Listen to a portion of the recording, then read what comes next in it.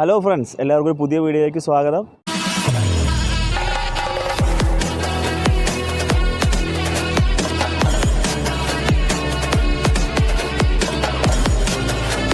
നമ്മളിന്ന് ചെയ്യാൻ പോകുന്ന ഒരു സിമ്പിളായിട്ടുള്ളൊരു റെസിപ്പിയാണ്.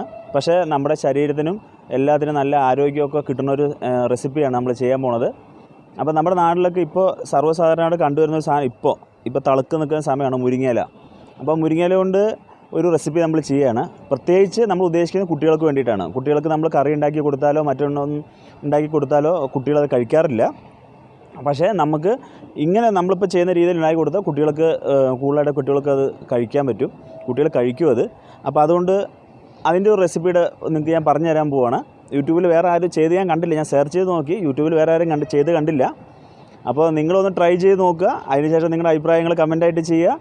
അപ്പോൾ എല്ലാവർക്കും വീഡിയോയിലേക്ക് പോവാം. അപ്പോൾ ഇതിന് വേണ്ട സാധനങ്ങൾ: ചെറിയ ജീരകം, അതുപോലെ തന്നെ ഏലക്കായ, ചുക്ക് നമ്മൾ പൊടിച്ചെടുത്താണ് ചുക്ക്,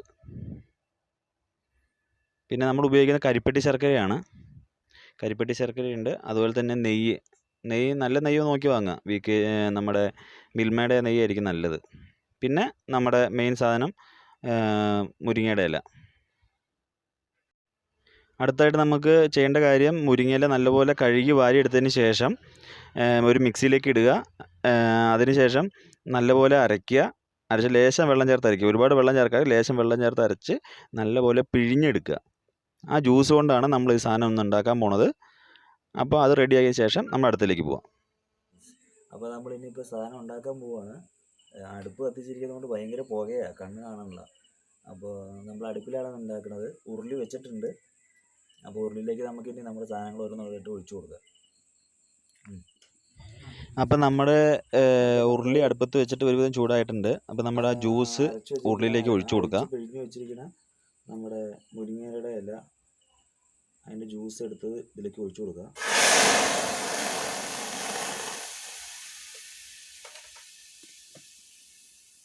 അതിനുശേഷം കരിപ്പെട്ടി ശർക്കര ഏകദേശം നമ്മുടെ ഒരു മധുരത്തിന് കണക്കാക്കിയിട്ട്, ഞാനിപ്പോൾ ഏകദേശം 1 ലിറ്റർ ഉണ്ടായിരുന്നു നമ്മുടെ ജ്യൂസ്. അപ്പോൾ അതിന് ഏകദേശം ഒരു 400 ഗ്രാമോളം കരിപ്പെട്ടി ശർക്കര ഇട്ട് കൊടുക്കണത്.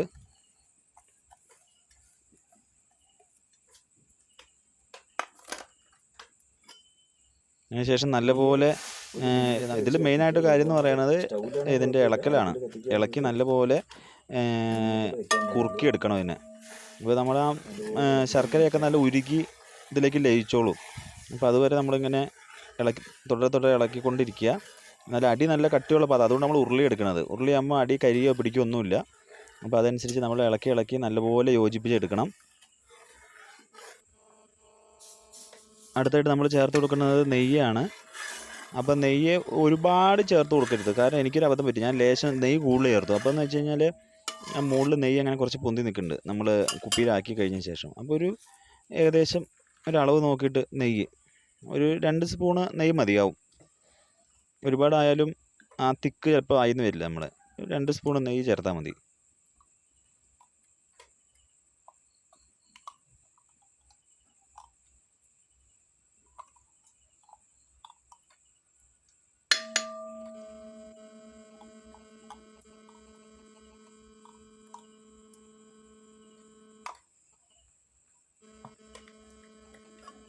നല്ലപോലെ ഇളക്കി യോജിപ്പിക്കുക. നെയ്യൊന്ന് കുറുകി വരുന്ന പോലെ.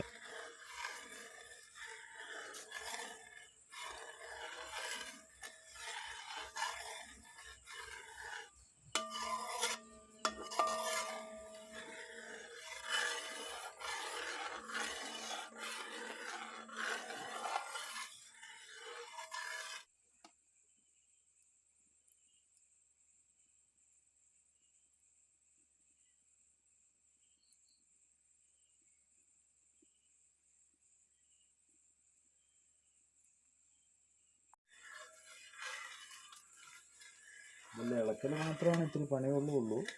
ബാക്കിയൊക്കെ കുറച്ച് നേരം നനച്ചിട്ട് ഇളക്കിക്കൊണ്ടിരിക്കണം.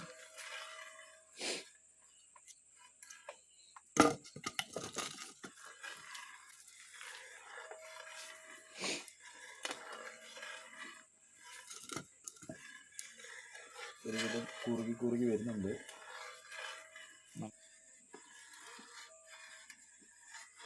അപ്പോൾ നമ്മൾ പലതരത്തിലുള്ള ടോണിക്കുകളും കാര്യങ്ങളൊക്കെ പിള്ളേർക്ക് വാങ്ങിച്ചു കൊടുക്കാറുണ്ട്. അപ്പോൾ ഇതെന്നൊക്കെ പറഞ്ഞു കഴിഞ്ഞാൽ ഒരു കെമിക്കലും ഇല്ല, നമ്മൾ നാച്ചുറലായിട്ട് നമുക്ക് കിട്ടുന്ന സാധനം കൊണ്ട് നമ്മൾ വീട്ടിൽ തന്നെ ഉണ്ടാക്കിയെടുക്കുക. അപ്പോൾ ധൈര്യമായിട്ട് കൊച്ചു കുട്ടികൾക്ക് വരെ കൊടുക്കാം.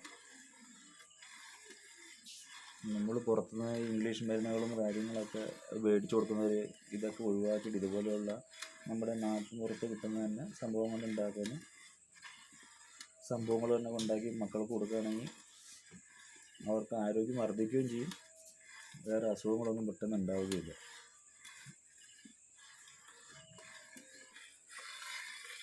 ഇപ്പോൾ ഏകദേശം ഒരു പാകമായിട്ട് തുടങ്ങിയിട്ടുണ്ട്. വെള്ളമൊക്കെ വലിഞ്ഞ് ഏകദേശം ഒരു ജെല്ല് പോലെ ആയി തുടങ്ങിയിട്ടുണ്ട്. ഏകദേശം ഒരു നമ്മുടെ ജാമിൻ്റെ പരുവത്തിലേക്ക് അടുത്തുകൊണ്ടിരിക്കുന്നു. അപ്പോൾ നമുക്ക് അടുത്തായിട്ട് ഇനിയിപ്പോൾ ചുക്കുപൊടിയും ജീരകപ്പൊടിയും അതുപോലെ തന്നെ ഏലക്ക, ഒരു ഫ്ലേവറിന് വേണ്ടിയിട്ട് ഏലക്കപ്പൊടിയും കൂടി ചേർത്ത് കൊടുക്കാം. അപ്പോൾ ഏകദേശം നമ്മുടെ ലേഹ്യം ഏകദേശം ആയിട്ടുണ്ട്. അപ്പോൾ നമുക്ക് അടുത്തായിട്ട് ചേർക്കേണ്ട ചുക്കാണ്.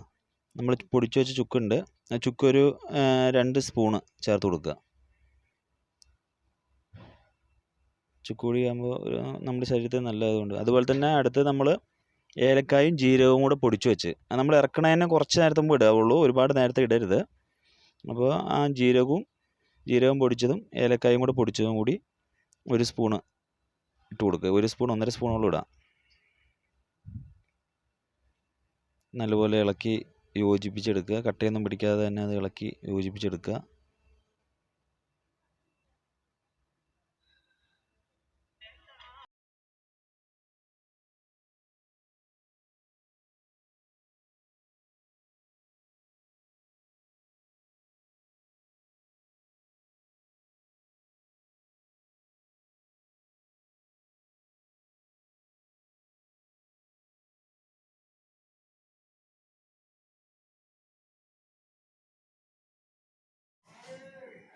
അപ്പോൾ നമ്മളിത് അടുപ്പത്ത് നിന്ന് ഇറക്കിയിട്ടുണ്ട്. അപ്പോൾ നിങ്ങൾക്ക് കണ്ടാൽ അറിയാം, ഉണ്ടോ, ഒരു ഏകദേശം ലേഹ്യത്തിൻ്റെ ഒരു ഭാഗം അല്ലെങ്കിൽ ജാമിൻ്റെ ഒരു ഭാഗം എന്നൊക്കെ പറയാം.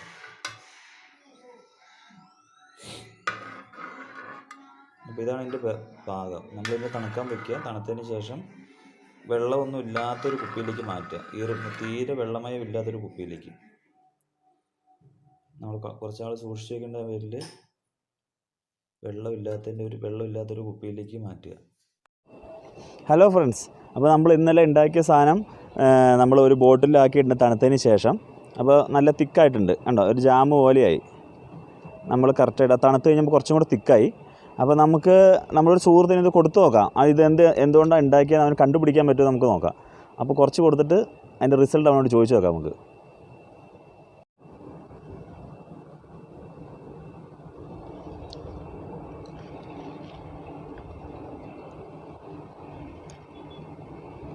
സംഭവം കുഴപ്പമില്ല, നന്നായിട്ടുണ്ട്. പക്ഷെ എന്താന്ന് അരിപ്പൊടിയും കൊണ്ട് എന്തെങ്കിലും ഉണ്ടാക്കിയതാണോ?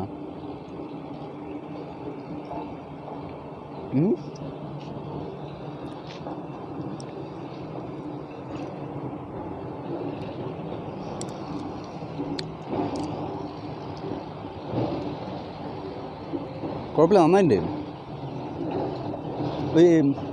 എന്താ പറയുക, അവലോസുണ്ടിൻ്റെ ഒരു ടേസ്റ്റ്. അപ്പോൾ നമ്മുടെ കൂട്ടുകാരന് കൊടുത്തു നോക്കി, പക്ഷേ അവനത് കണ്ടുപിടിക്കാൻ പറ്റിയില്ല എന്തുകൊണ്ട് ഉണ്ടാക്കിയെന്നുള്ളത്. അവനെ ഒരു അരിപ്പൊടിയൊക്കെ ചേർത്ത് ഒരു അലുവയുടെ ഒരു ടേസ്റ്റ് പോലെ എന്നൊക്കെ അവനോട് പറഞ്ഞത്. അപ്പോൾ സംഭവം അതൊന്നും അല്ലെന്ന് നമുക്കറിയാം. അത് പറഞ്ഞതിന് ശേഷം അവന് മനസ്സിലായത് ഇങ്ങനൊരു സംഭവം അതിനകത്ത് ചേർത്തിട്ടുണ്ടെന്നുള്ളത് അതിന് ശേഷം അവന് മനസ്സിലായത്.